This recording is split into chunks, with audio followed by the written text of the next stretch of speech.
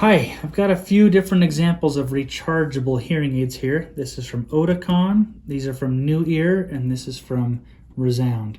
In many ways they're similar, they're all lithium-ion batteries, but I wanted to show you how to turn them off and turn them back on.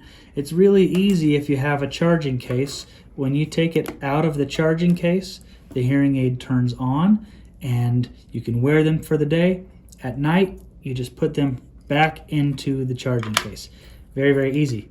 There may be times where you want to turn it off though, and you're not able to put it into the charging case. So I just wanted to show you with these hearing aids, they all have buttons on them which you can use to turn it off and on. You don't open a battery door like you used to. For these Oticon hearing aids, you just hold the down button. There's a little LED that will show you, a little red LED to show you that it just turned off. If you hold the down button again, it will turn back on. Just takes a few seconds and it should be blinking green to show you that it's turning back on. With this New Ear hearing aid, you hold the down button for a couple seconds and it turns off.